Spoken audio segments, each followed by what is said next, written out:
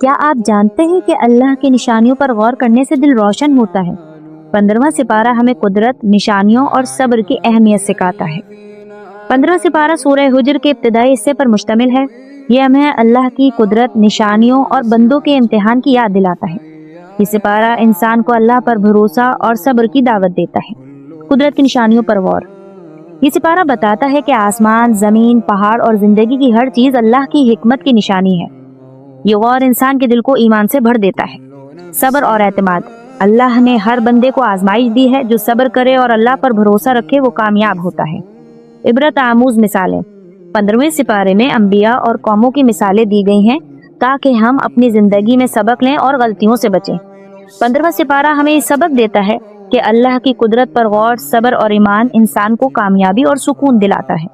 اگر یہ وضاحت آپ کے دل کو لگی ہو تو ویڈیو کو لائک کریں، چینل کو سبسکرائب کریں اور کمنٹ میں لکھیں میں اللہ کی نشانیوں کو سمجھتا ہوں یا سمجھتی ہوں۔